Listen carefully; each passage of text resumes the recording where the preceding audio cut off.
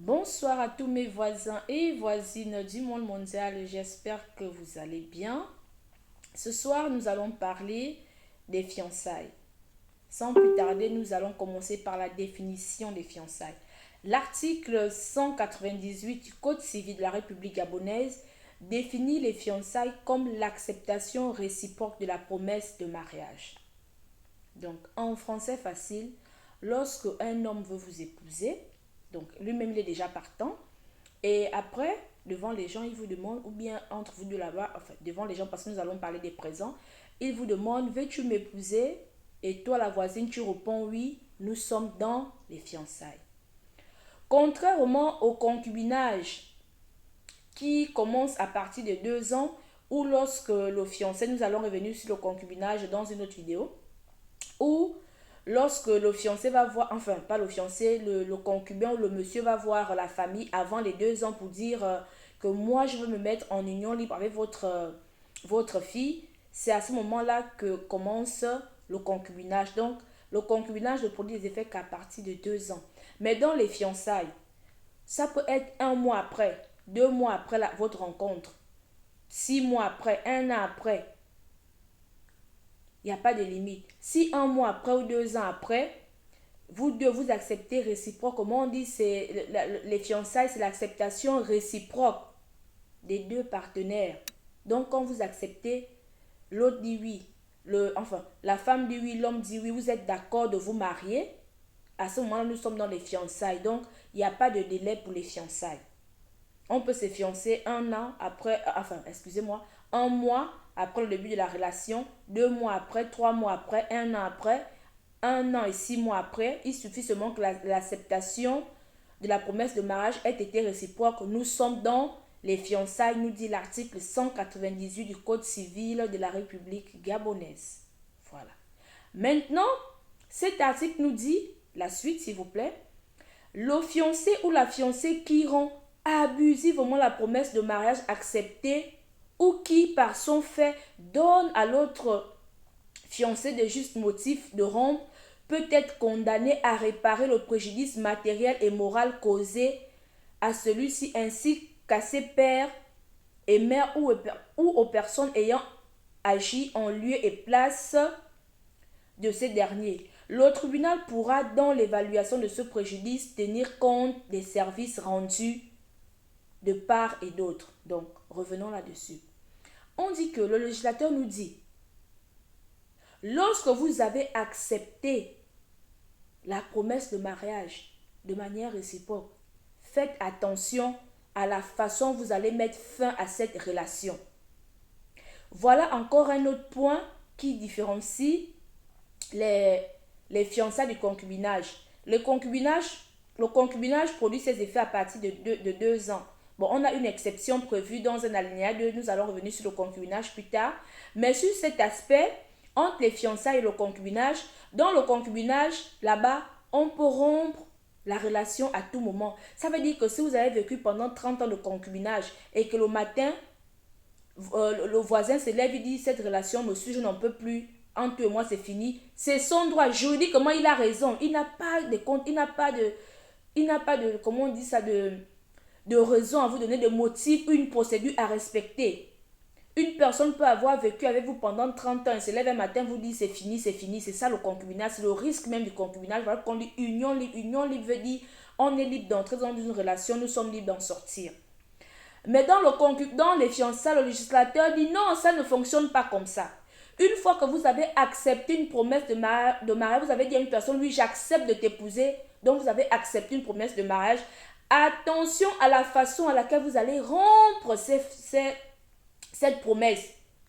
Parce que si cette promesse, elle est abusive, à ce moment-là, enfin le fiancé qui estime avoir subi, nous dit cet article, qui estime avoir subi un préjudice matériel ou moral, peut saisir le juge civil pour demander la réparation. Donc, on ne rompt pas les fiançailles comme on fait avec le concubinage. Pour rompre les fiançailles, il faut faire très attention, il faut réfléchir, il faut chercher un bon motif, il faut chercher la manière. Dans les fiançailles, on ne se lève pas un bon matin, chérie, je vais te parler, je voulais juste te dire que j'aime une autre personne, donc je pense qu'on doit s'arrêter là. Non, ça ne se passe pas comme ça. Ici, on nous parle d'un préjudice matériel. Imaginons que vous devez vous marier dans 6 mois. Nous sommes en janvier. Il y a beaucoup de personnes qui vont se marier là à partir du mois de juillet, août. Donc dans 5 mois ou dans 6 mois. Donc on a commencé à louer la salle. La mariée a déjà envoyé l'argent pour que sa robe vienne de la Chine, de la Turquie. Excusez-moi, nous pensons à nos frères et sœurs, à toutes les personnes qui sont en Russie et en Syrie, à la suite du tremblement de terre. Courage à vous, sachez que nous pensons à vous et que Dieu vous console et qu'il vous aide. Nous prions surtout pour que les personnes qui sont encore dans les décombres, surtout les personnes qui vivent encore, que ces personnes puissent être retrouvées en vie. Donc, nous pensons à vous. Donc, il y a beaucoup de personnes, il y a beaucoup de femmes qui commandent leur robe de mariage en Turquie, en Chine, à Dubaï, dans les pays où ça coûte moins cher.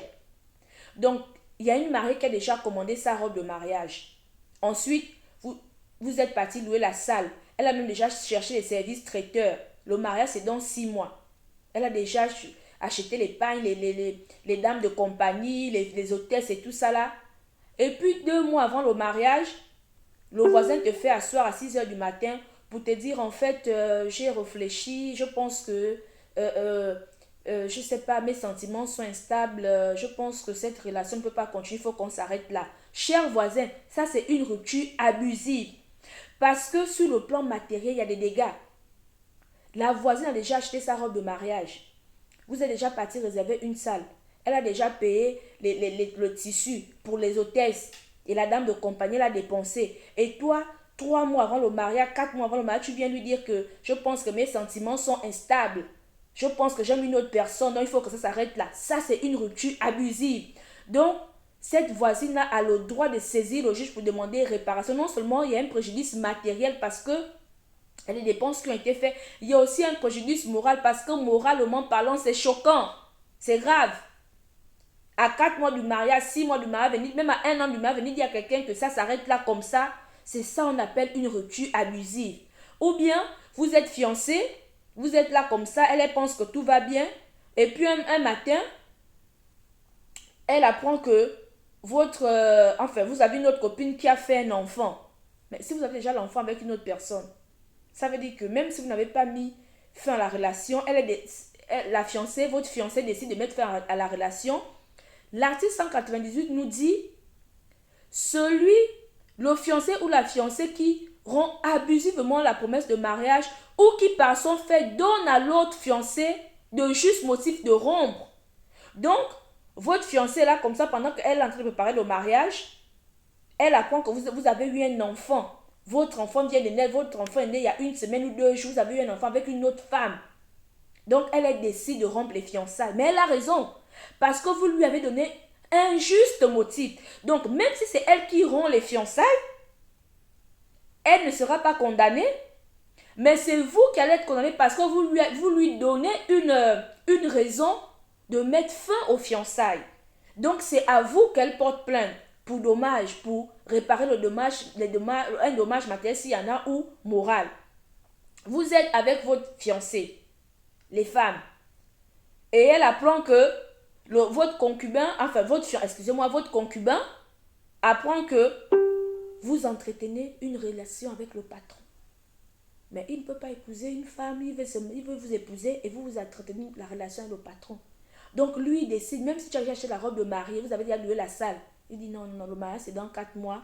Celle-là, elle sort avec son patron, il découvre des choses, donc il met fin aux fiançailles. Mais il a raison. C'est une rupture abusive, mais c'est vous qui lui donnez un motif juste de rompre ses fiançailles. Donc, il saisit le juge pour dire, moi je voulais bien me marier, j'ai promis le mariage à cette fille. J'étais prêt à me marier. On a même déjà loué la salle. J'ai acheté mon costume. Elle a déjà sa robe. Mais sauf que j'ai des preuves qui attestent, pas qui prouvent, qui attestent que elle a une autre relation. Pendant qu'elle est avec moi, elle a entretenu une autre relation avec son patron, ou avec tel type, ou avec tel homme. Mais moi, je ne peux pas me marier avec ce genre de femme. Je ne peux pas. Si elle est infidèle pendant les fiançailles, elle le sera sûrement plus pendant le mariage. Donc, j'ai mis fin à la relation parce que ma fiancée m'a donné un motif juste de rompre les fiançailles. Et à cette fille, j'estime avoir subi un dommage matériel et moral parce que moralement, je suis affectée. Donc, je demande la rupture des fiançailles. Vous êtes d'accord? Tout le monde est à la ligne? Donc, ça, c'est un premier aspect. Et un deuxième aspect, nous dit l'article 198, c'est que même les pères et mères peuvent demander morale à celui-ci ainsi qu'aux pères et mères. Donc, même les pères et mères peuvent demander la réparation. Parce qu'il y a des parents qui participent corps et âme au mariage, à la célébration du mariage de leur enfant. Ils s'investissent financièrement. Et puis un bon matin, toi tu viens dire à ta fiancée que j'estime qu'on ne peut plus se marier. Ou tu viens dire au voisin que mon cœur balance, ça rebalance pour un autre homme. Alors que ses parents ont déjà dépensé pour votre futur mariage. Donc même ces parents-là peuvent demander une réparation. Ça, c'est les fiançailles. Donc les fiançailles, vous pouvez les rompre à tout moment comme l'union libre, mais il faut faire attention à la manière, à la façon à laquelle vous mettez fin aux fiançailles. Si cette rupture est abusive et qu'elle cause un préjudice matériel et moral à votre fiancé ou à votre fiancé, la femme ou l'homme, il peut ou elle peut demander la réparation du préjudice subi. Et cette réparation peut aussi être demandée par les pères et mères lorsqu'ils se sont investis. Ensuite, nous avons l'article 199 qui dispose: les fiancés peuvent en cas de rupture réclamer les présents qu'ils se sont faits ou qu'ils ont donnés à leurs beaux-parents respectifs. Donc dans les fiançailles, vous savez que dans l'union libre, il n'y a pas de présents, il n'y a rien. Mais dans les fiançailles, parfois il y a des présents. On amène les pagnes, on amène les vins, le jack, je ne sais pas comment vous appelez les vins, là, les liqueurs, les casiers de bière, le régime de bananes, 2 cartons de cuisses de poule. On demande la machette, on demande ça. Donc, il y a des petits présents qu'on donne là. On dit que dans les fiançailles, en cas de rupture, les fiancés peuvent, en cas de rupture, réclamer les présents qu'ils se sont faits ou qu'ils ont donnés à leurs beaux-parents. Donc, les choses qu'on est parti donner aux beaux-parents là, quand il y a la rupture, on peut réclamer les présents. Donc, le fiancé peut réclamer. Généralement, ce sont les fiancés qui donnent les présents. Donc, en cas de rupture, le fiancé peut réclamer, dire mes casiers de regard que je vous avais donnés là, redonnez-moi. Les 15 pagnes, les 5 pagnes que j'avais données au moment des fiançailles, donnez-moi, rendez. Est-ce que vous comprenez? Rendez-moi. Les 2 cartons de cuisses de poule que j'avais emmenés là, rendez. Donc, tous les présents. Le régime de bananes que j'avais donné au moment des fiançailles, pardonnez, rendez. Donc, les présents donnés pendant les fiançailles peuvent être réclamés par les fiancés, nous dit l'article 199 du Code civil de la République gabonaise.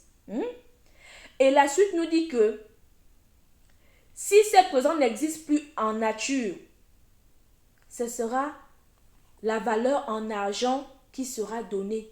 Donc le tonton, le voisin qui a amené les bouteilles de liqueurs, qui a amené les cartons de cuisses de poule, qui a amené les régimes de bananes, les 2 coques, un sac de je ne sais quoi là.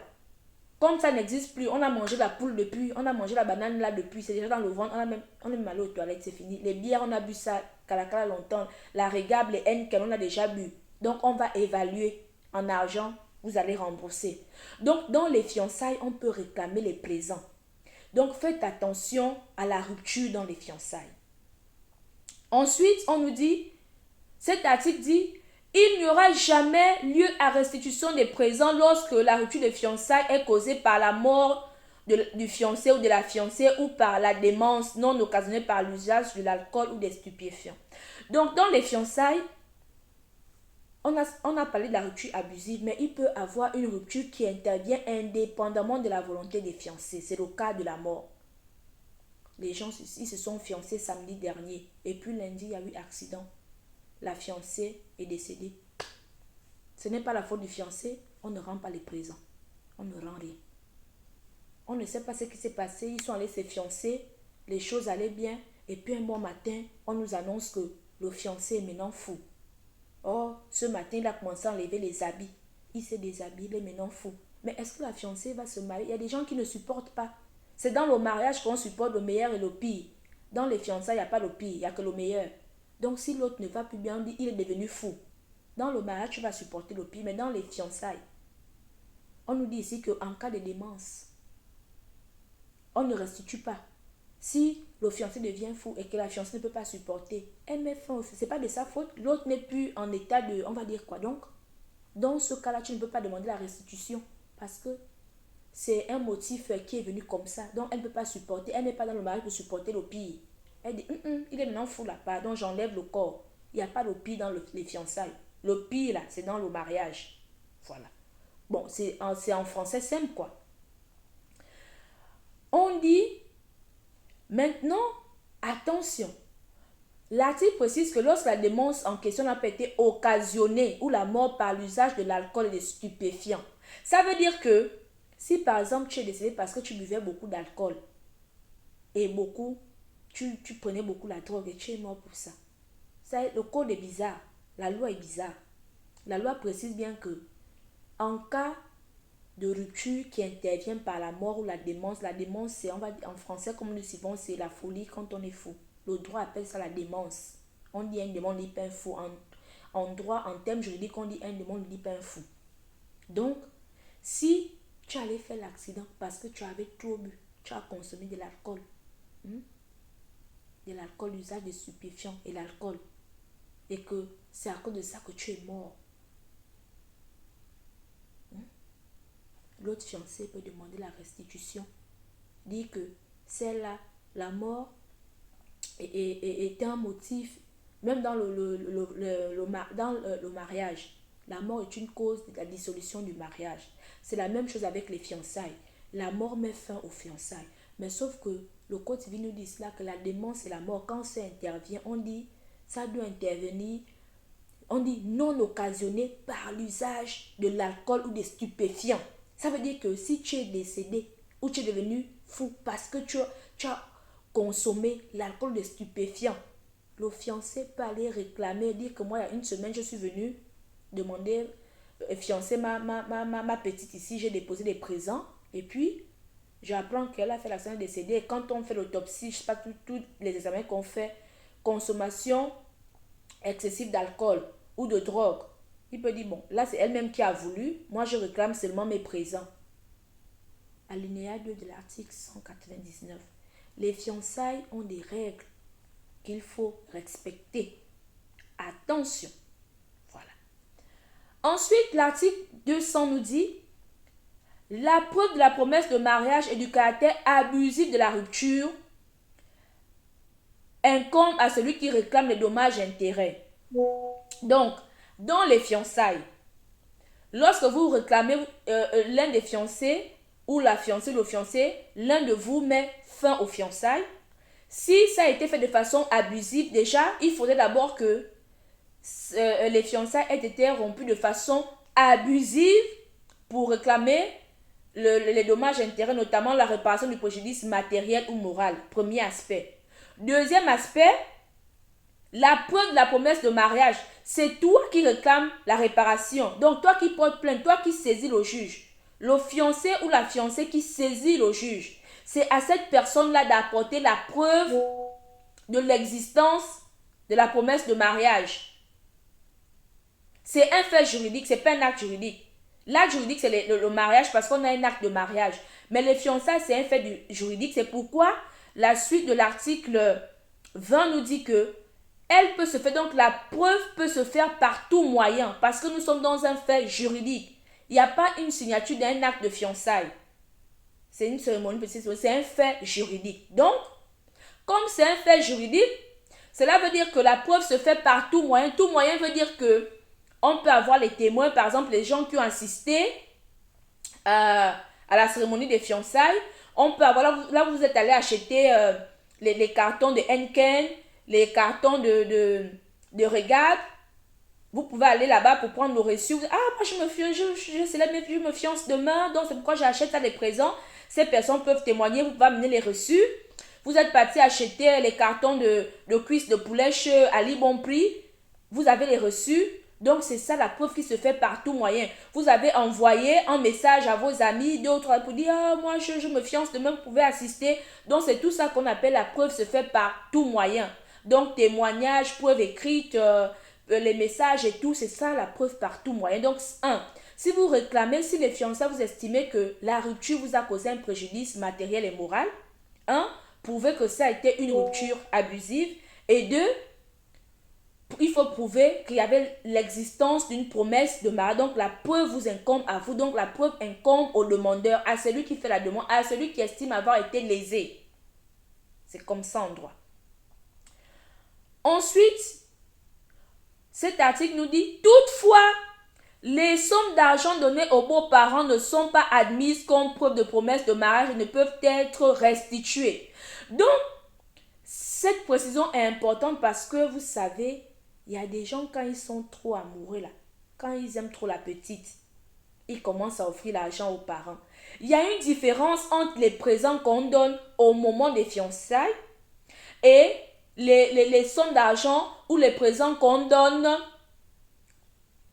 quand on a rencontré sa petite, quand on veut faire plaisir aux beaux-parents. Voilà, elle t'explique, oui, ma mère a un tel problème, ou toi-même tu te sens généreux et tu décides d'envoyer 100 000 à ses parents, 300 000 à ses parents, 500 000 à ses parents. Tu vas voir ta belle-mère, tu donnes 1 million. Tu vas voir ton beau-père, tu donnes 500 000. Oui, moi j'ai appris que ton business là-bas ça ne fonctionne plus, voilà 500 000. Oh, j'ai appris que la voiture de mon beau-père a eu un accident, voilà 1 million. On dit que l'article 200 nous dit que les sommes d'argent données aux beaux-parents ne sont pas admises comme preuve de la promesse de mariage. Donc, ce n'est pas parce que tu passes le temps à donner de l'argent à tes beaux-parents que cela veut dire que c'est une promesse de mariage. Non. Tant que réciproquement, les deux, on va dire quoi? Les partenaires n'ont pas accepté réciproquement la promesse de mariage, il n'y a pas fiançailles. Il y a des gens qui restent ensemble pendant des années. Il n'a jamais dit, alors veux-tu m'épouser? Il n'y a pas eu acceptation réciproque de la promesse de mariage. Il n'y a pas fiançailles. Donc même si tu as passé le temps de donner l'argent à tes beaux-parents, ne considère pas ça comme une demande en mariage. Non. Tu étais bénévole. Tu étais Papa Noël. Tu étais Mère Teresa. Tu étais, comment on les appelle là? Les bienfaiteurs. Tu as estimé que tu es généreux. Tu veux faire du bien à ta belle famille. Tu veux donner l'argent tout le temps à ta belle-mère, à ton beau-père, à tes beaux-frères, à tes belles-sœurs.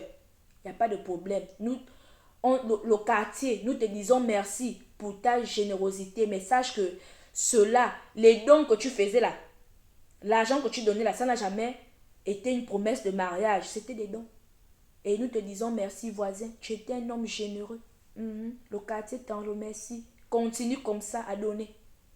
Si tu veux que cela constitue des dons, enfin les présents, demande l'autre en mariage et attends son acceptation. Et toi aussi accepte. À ce moment, on va parler de la promesse de mariage.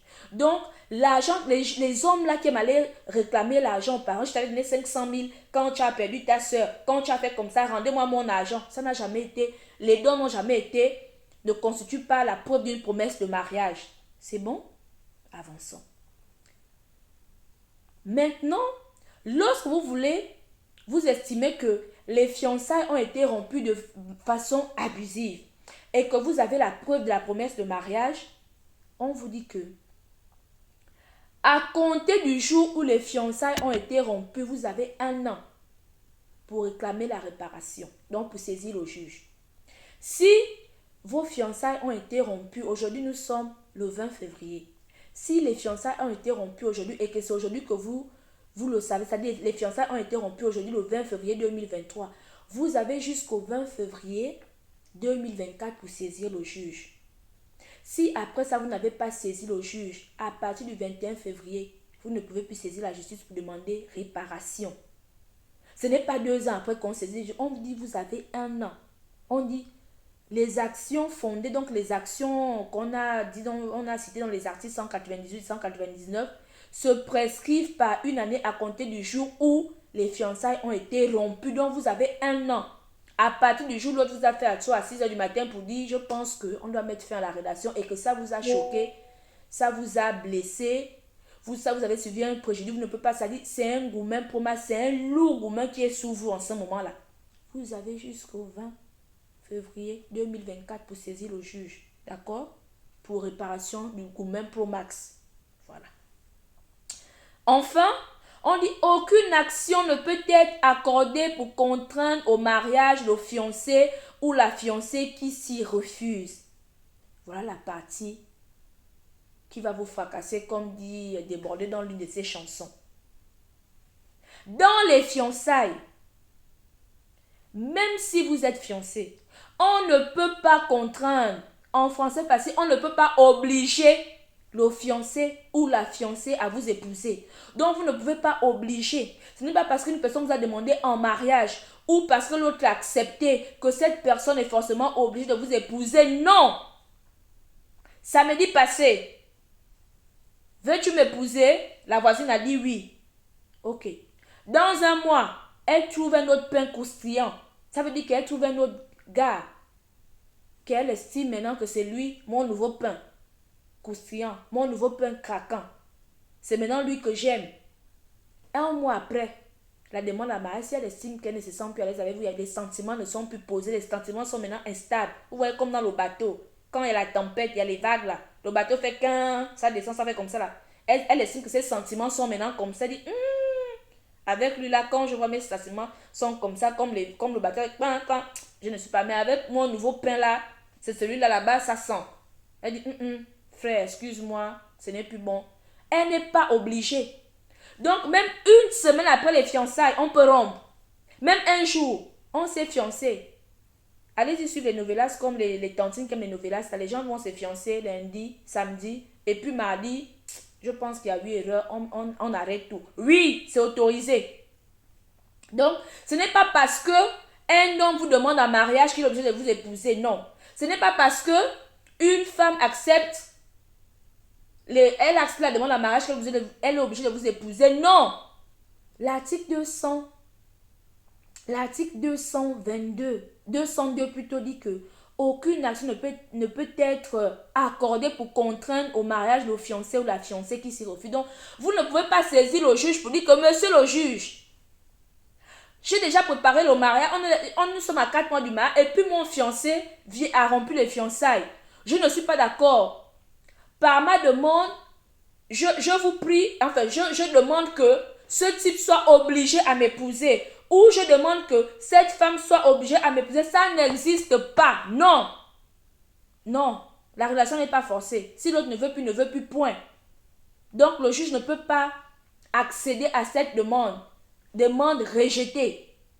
Donc, ne soyez pas étonnés. Ce n'est pas un crime.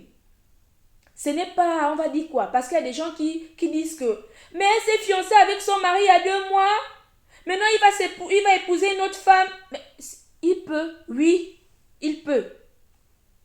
C'est écrit dans la loi. On continue. Alors, maintenant, nous allons aller dans les... Voilà, on a parlé de tout ce qu'il y avait à dire sur les fiançailles. Maintenant, les effets. Dans les fiançailles, il n'y a pas les effets. Voilà encore un autre point. On va dire quoi? Dans l'union libre, quand même, il y a quelques effets. On reviendra sur l'union libre plus tard. Mais dans les fiançailles, il n'y a pas d'effet. Des gens vous disent ici que les fiancés ne sont même pas obligés de se marier. On ne peut pas contraindre un fiancé à épouser la fiancée ou le fiancé. Donc, on peut mettre fin aux fiançailles.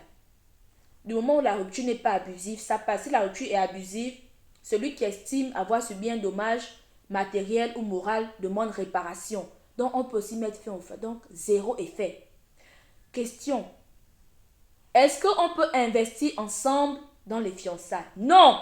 Dans les fiançailles, chères voisines, s'il vous plaît, mesdames, parce que c'est surtout vous qui êtes dans les erreurs.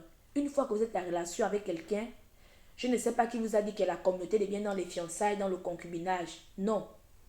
Dans les fiançailles, si vos fiançailles là durent 2 ans, 3 ans, 4 ans, 5 ans, pas d'investissement commun. Il n'y a pas la communauté des biens dans les fiançailles. Il n'y a même pas de régime. Il Il n'y a aucun régime matrimonial dans les fiançailles. On ne choisit pas, on commence bien séparé. Il n'y a pas ça dans les fiançailles. Dans les fiançailles, il n'y a pas le choix de l'option. Monogamie ou polygamie. On dit c'est les fiançailles, c'est une promesse. Je te promets que je vais t'épouser. Si le lendemain, mes idées changent, mes sentiments changent, je stoppe tout. Bon, maintenant, les régimes là que vous choisissez dans les fiançailles, c'est écrit où? Les investissements communs que vous allez faire dans les fiançailles là, Anena, c'est comment? C'est écrit où?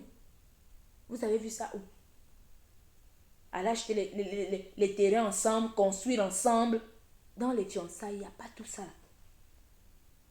Les fiançailles même, c'est un régime, ça dit c'est même plus dangereux même que le mariage encore. On te dit que là-bas même tu vas rendre les présents. Je pense que cette histoire cette partie des fiançailles là est reprise dans la loi en cours de téléchargement sur la reconnaissance du mariage coutumier en République gabonaise. Il y aura le remboursement des présents. Donc, c'est encore même plus dangereux même que le mariage. Vous là, quand vous faites les fiançailles, on demande même parfois les 1 million, on demande beaucoup de choses. Sachez que quand ça va être abusif, là, vous allez rembourser. Vous allez rembourser. Il n'y a pas d'effet. Dans les fiançailles, si votre fiancé meurt, voisine, tu n'es pas héritière. Voisin, si ta fiancée meurt, tu n'es pas héritier légal. Tu ne fais pas partie des héritiers. Si vous avez un enfant ensemble, l'enfant là est le seul héritier du défunt, ainsi que ses parents. Hein? Donc, si vous avez fait les fiançailles, ça fait 5 ans que vous êtes fiancés, et que l'autre meurt là, tu n'es pas conjoint survivant. Conjoint survivant, mesdames, s'il vous plaît. On parle du conjoint survivant seulement pour les personnes qui sont légalement mariées, c'est-à-dire le mariage civil. Dans le mariage coutumier, 15 ans de mariage coutumier, 20 ans de mariage coutumier. Mariage religieux, les gens qui vont d'abord à l'église, dans les, je sais pas dire, ceux qui célèbrent les mariages religieux là, avant de partir à la mairie, déjà c'est même pas normal. Il n'y a pas d'effet juridique dans le mariage coutumier. Ça fait 20 ans ensemble. Tu es venu me déter chez mes parents. Je suis ton épouse. Hé, voisine, tu n'es pas son épouse, tu es sa concubine. Tu n'es pas son épouse. Tu n'es pas sa femme, tu es sa concubine. Oui, tu es sa concubine. Est-ce que c'est pareil avec les fiançailles. Donc, dans le mariage coutumier, dans le mariage religieux, dans les fiançailles, dans le concubinage, dans la liaison irrégulière. La liaison irrégulière prévue par notre code civil. La liaison irrégulière, c'est quand Adama et Mba couchent ensemble.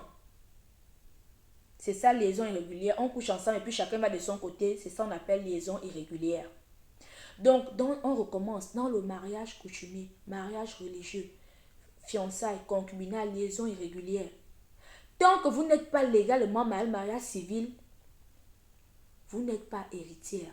Vous ne faites pas partie des héritiers légaux.